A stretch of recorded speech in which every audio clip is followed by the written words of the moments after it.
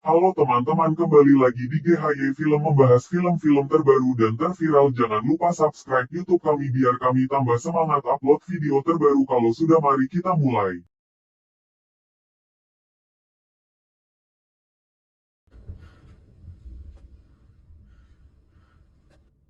Hati-hati, Pak. Penjajahan di atas dunia harus dihapuskan karena tidak sesuai dengan pri kemanusiaan dan pri keadilan. Indonesia pernah dijajah oleh Belanda kurang lebih 3 abad lamanya, menjadi luka yang sangat mendalam bagi bangsa Indonesia. Secercah harapan mulai muncul ketika Belanda diserang oleh pasukan Jepang dan memaksa Belanda harus terusir dari bumi pertiwi.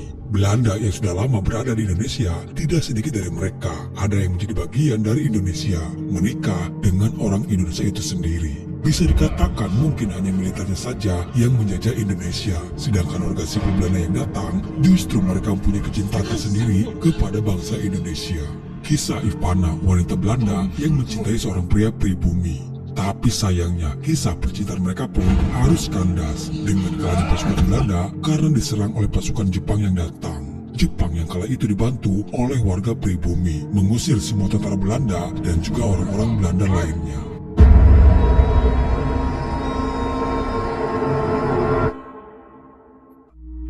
Cerita berkisah pada tahun 1993, 45 tahun setelah Indonesia merdeka dari Jepang. Dalam perjalanan, Ambar bersama adiknya Dika, mereka yang akan menuju ke sebuah panti yang berada di pedalaman desa. Setelah kedua orang tua mereka meninggal, Ambar dengan Dika akan menemui saudaranya yang tinggal di panti tersebut. Karena kini sedang bulan puasa dan sebentar lagi akan lebaran, Ambar dan Dika berencana akan tinggal di panti bersama keluarga lainnya. Ambar ini mengalami gangguan di matanya. Dia masih bisa melihat, namun penglihatannya kurang begitu jelas, buram. Dan tibalah mereka di panti tersebut. Di sana mereka disambut oleh Agus dan Biwati. Agus adalah pengurus di panti itu bersama dengan kekasihnya Rina. Lalu Ambar diperkenalkan kepada Opa dan Oma. Tidak diketahui apa hubungan mereka, tapi di sini semuanya masih ada keterikatan keluarga. Tak lama kemudian datang Arthur, cucu dari Oma Ida dan Opa Farid. Arthur juga berencana akan tinggal di sana bersama mereka semuanya sampai hari Lebaran. Mereka pun menikmati kebersamaannya pada hari itu. Opa Farid mengajak Dika bermain di halaman depan rumah, sedangkan Arthur sibuk memfoto setiap momen yang ada. Saat Dika bermain dengan si kakek, lemparan mainan tersebut tak sengaja malah masuk ke salah satu rumah kosong yang ada di sebelah rumah yang mereka tempati. Hari itu, langit sudah mulai mendung menandakan akan turun hujan. Rina pun lalu meminta kepada mereka untuk kembali masuk. Namun Dika tetap saja ingin mengambil mainannya yang masuk ke rumah tersebut. Arthur lalu mencoba untuk mendekati, namun di saat bersamaan malah turun hujan. Dan akhirnya mereka berdua pun terjebak di sana. Dika masih tetap ingin mengambil mainan itu yang ada di dalam rumah. Lalu Arthur akhirnya memaksa masuk dengan membuka paksa pintu rumahnya. Ambar yang muncul Dika ke rumah tersebut. Rumah kosong yang tidak ada satupun dari mereka yang tahu sang pemiliknya. Merasa ada kesempatan, Arthur mencoba mendekati Ambar. Arthur yang sejak dari pertama melihat Ambar, dia mulai ada perasaan suka. Tapi sepertinya Ambar bukan wanita yang gampang tergoda oleh lelaki seperti Arthur. Saat mereka mencoba masuk lebih dalam, tak sengaja Ambar menginjak lantai kayu yang sudah lapuk. Ambar pun terjatuh, dan ternyata itu adalah sebuah pintu yang menuju ke lantai bawah tanah. Namun justru mereka menemukan barang-barang peninggalan yang sengaja disimpan di sana. Walaupun penglihatan Ambar terbatas, tapi saat itu penglihatannya tertuju ke sebuah benda yang terbungkus oleh kain putih. Arthur pun lalu mencoba untuk membuka kain penutupnya. Dan saat dibuka, ternyata itu adalah sesosok tubuh tanpa kepala. Mereka menduga kalau itu hanyalah sebuah patung saja. Lalu datang Agus menjemput mereka. Agus pun baru masuk ke rumah ini, dan dia juga baru tahu kalau ada ruangan bawah tanah. Arthur malah fokus kepada peti yang dia temukan dan memberitahukan kepada Agus kalau mungkin peti tersebut berisi harta karun Belanda. Sementara Ambar sendiri masih penasaran dengan patung tanpa kepala itu. Karena patung yang dianggap tidak penting, mereka hanya membawa peti yang mereka temukan itu dan segera pergi dari sana. Namun tiba-tiba Ambar merasa ada yang aneh dengan patungnya.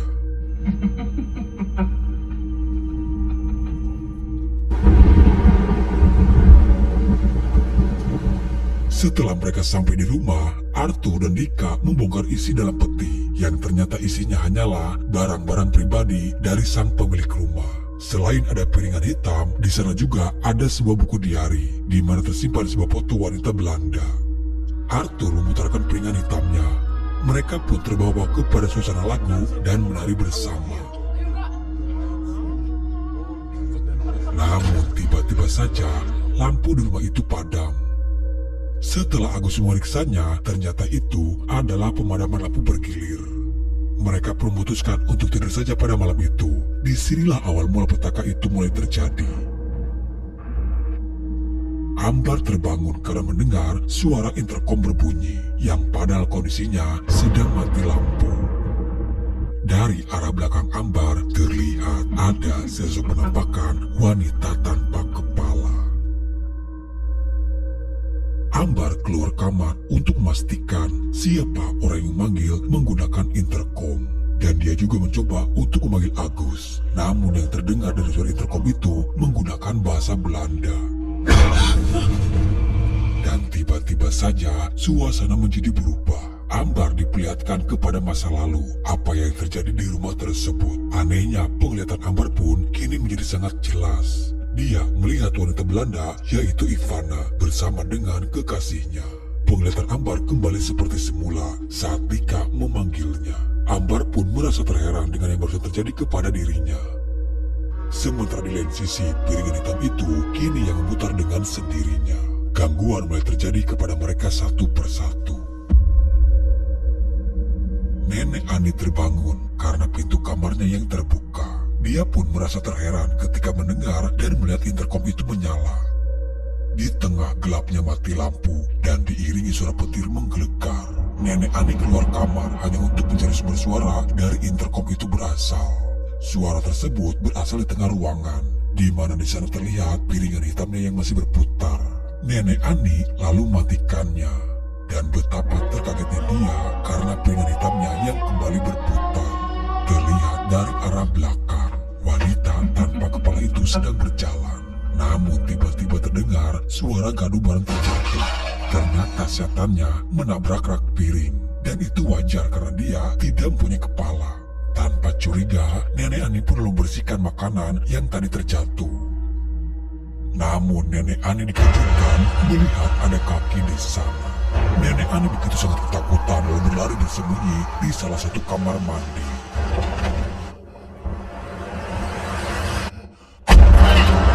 Dan tiba-tiba saja hantu wanita itu ada di belakang si nenek. Naas Nenek Ani pun yang harus tewas dengan cara yang sangat mengenaskan. Matanya keluar lalu dibarengi dengan kepalanya yang terputus.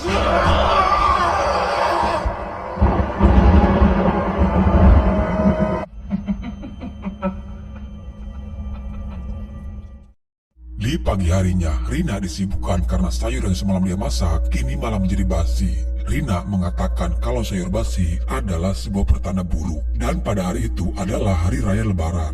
Mereka semuanya tidak sholat id karena mereka yang semuanya terbangun kesiangan. Tak hanya itu, ternyata tiba-tiba patung itu kini sudah ada di dalam rumah. Mereka pun kebingungan dan saling menuduh antara Arthur dan Agus. Awalnya mereka tidak terlalu memperdulikan keberadaan patung tersebut, tapi Ambar di sini justru yang mulai merasakan adanya keanehan. Dari buku diari yang Opa Pari temukan di dalam peti kemarin, ternyata itu adalah buku kepunyaan pemilik wanita Belanda. Diceritakan keluarga sang pemilik rumah yang terbunuh.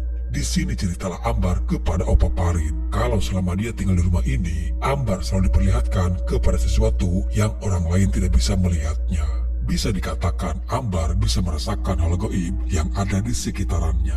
Ambar menceritakan apa yang ia alami kepada Opa Farid. Dan semua cerita dari Ambar ada kaitannya dengan buku harian yang Opa Pari baca. Dari tadi mereka berkumpul, tidak ada salah satu dari mereka yang menyadari kalau Nenek Ani tidak terlihat. Hingga saat mereka sedang sesi foto, barulah mereka sadar kalau Nenek Ani dari tadi tidak terlihat. Rina mencoba mencari Nenek Ani ke kamarnya, namun Nenek Ani sudah tidak ada di sana. Kemarin nggak ada soalnya. Kepanikan mulai terjadi hingga mereka pun semuanya harus berpencar untuk mencari keberadaan Nenek Ani. Dan lagi-lagi Ambar yang menemukan Nenek Ani ada di dalam kamar mandi. Begitu terkejutnya Ambar karena dia menemukan Nenek Ani yang sudah tidak berkepala lagi. Mereka semua yang melihat itu pun shock. Nenek Ani mati dengan cara yang sangat mengenaskan. Kepanikan mulai terjadi. Mereka menganggap kematian Nenek Ani karena dibunuh oleh orang lain. Arthur yang pada malam itu ingin pergi dari rumah tersebut karena menurutnya rumah ini sudah tidak aman lagi. Tapi Agus melarang dan mengunci pintunya. Mereka harus tetap bersama dan mau menggunakan apa mereka keluar dari rumah. Sedangkan kondisi sedang turun hujan, ditambah tidak ada kendaraan di sana. Agus meminta kepada semuanya untuk tenang karena dia juga sudah menelpon polisi untuk segera datang membantu. Setelah cukup sekian lama mereka menunggu, akhirnya polisi yang dinanti pun datang. Polisi itu bernama Yudi. Dia datang hanya seorang diri. Yudi mengira kalau kematian Nenek Ani hanya tewas karena sakit ataupun karena kecelakaan. Dan saat Yudi melihat jasad Nenek Ani yang kini sudah mulai membusuk, dia sendiri sebagai polisi malah tertahan dengan bau busuknya. Yudi lalu mencoba menghubungi kantor pusat untuk meminta bantuan. Namun sayangnya karena kondisi hujan, jaringan radio yang terganggu. Yudi kembali masuk ke rumah untuk menggunakan telepon, tapi lagi-lagi telepon itu yang tiba-tiba malah tidak tersambung. Dika yang melihat patung yang tadi terduduk, tapi tiba-tiba saja kini sudah keadaan berdiri. Dan tak lama kemudian, lampu di sana yang padam kembali. Yudi menyangka kalau ini perbuatan dari si pembunuh. Yudi menduga kalau si pembunuh itu masih berkeliaran di sana. Dia bersama dengan Agus mencoba akan memeriksa sumber listrik, sementara yang lainnya menunggu di dalam rumah. Kini terdengar suara nyanyian lagu Belanda yang dari piringan hitam berputar dengan sendirinya.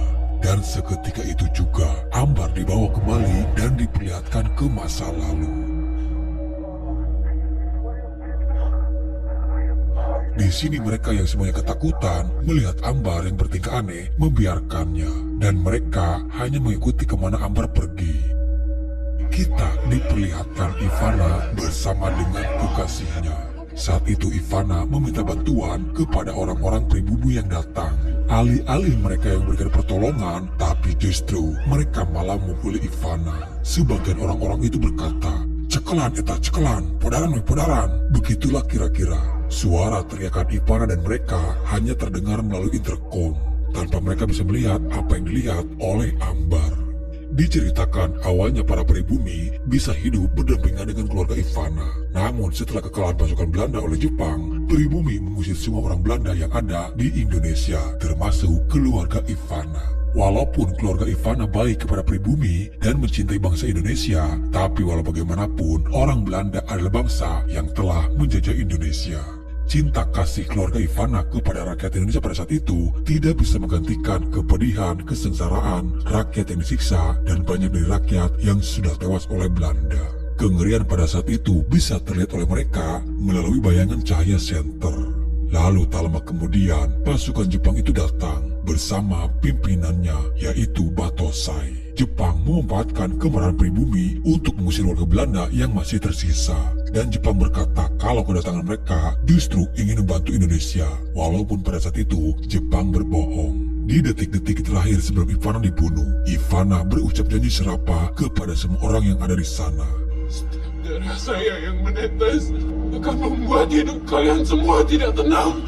Tak lama kemudian, Batosai pun menyelesaikan tugasnya, memenggal kepala Ivana dengan sebuah samurai hingga terputus. Ambar yang melihat kejadian tersebut menjerit histeris. Sedangkan kekasihnya yang memang adalah pribumi dibiarkan hidup. Dia lalu bawa jasadnya Ivana ke sebuah rumah yang ada di sebelahnya. Mereka semuanya pun kini terus mengikuti Ambar. Yudi dan Agus yang melihat itu pun merasa terheran dengan mereka semuanya. Ambar lalu masuk ke ruangan bawah tanah itu kembali. Kekasihnya Ivana memang adalah pengrajin patung. Dia lalu membaluti semua tubuh Ivana dengan tanah liat dan menjadikan tubuh Ivana sebagai patung. Setelah itu kekasihnya pun melawan pasukan Belanda dan akhirnya dia pun tewas. Namun tiba-tiba kursi yang ada di sana terjatuh dengan sendirinya.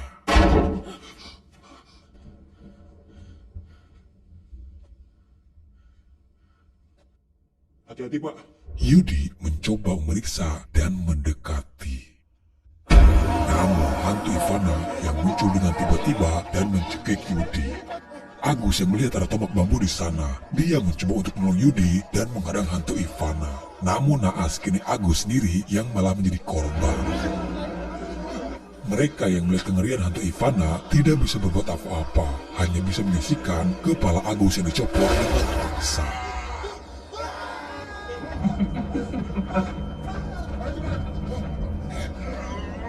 Mereka lalu keluar dan menutup kembali pintu ruangan bawah tanah itu. Yudi membawa mereka semuanya untuk masuk ke dalam mobil dan segera pergi dari sana. Namun kini malah mobilnya yang tiba-tiba saja susah untuk dihidupkan. Tak lama terdengar ada suara Ivana dari radio. Teror Ivana tak hanya sampai di situ saja. Dia yang muncul kembali mengarah ke arah mobil mereka. Rasa panik, takut bercampur dalam satu mobil. Mereka berusaha untuk mengunci pintu mobilnya. Namun kini giliran Oma Ida yang menjadi korban dari keganasan Ivana. Mereka yang berusaha membuka pintu, tapi kini pintunya yang malah tidak bisa terbuka. Arthur dari belakang bisa membuka pintu mobil, namun itu sama sekali tidak bisa menolong omanya. Dan malah Arthur sendiri yang kini menjadi korban selanjutnya.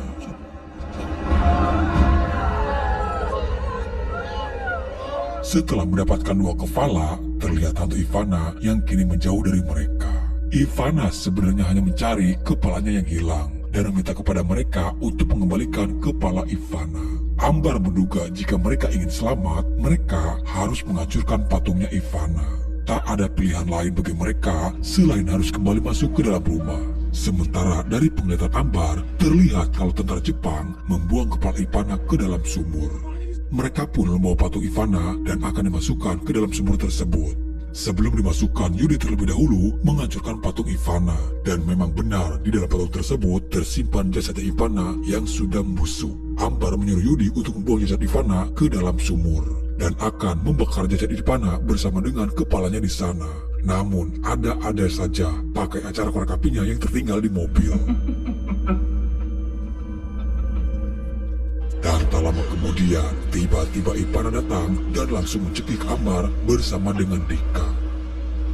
Rina yang melihat itu pun mencoba untuk membantu dengan memukul Ivana menggunakan kapak yang ada di sana.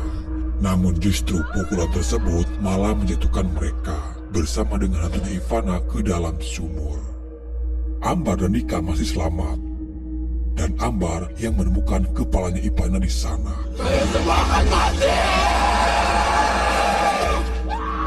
Ambar dan Dika harus terjebak di dalam sumur bersama hantu Ivana.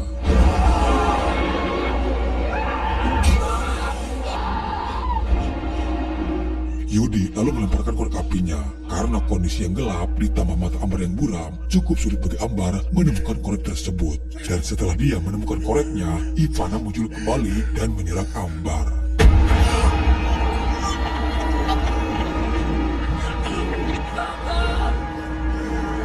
Di saat Ambar tak berdaya, Dika mencoba menyalakan korek apinya. Ivana terus berkata yang meminta kepalanya untuk dikembalikan. Dan setelah Dika mencoba berulang-ulang kali, dan akhirnya jasad Ivana pun kini terbakar. Terbakarnya jasad Ivana membuat hantu Ivana pun ikut terbakar. Tapi tidak membuat hantu Ivana melepaskan Ambar. Ambar lalu menekap tubuh Ivana dengan sebuah kayu bakar bekas. Dan hantu Ivana pun akhirnya terhancur.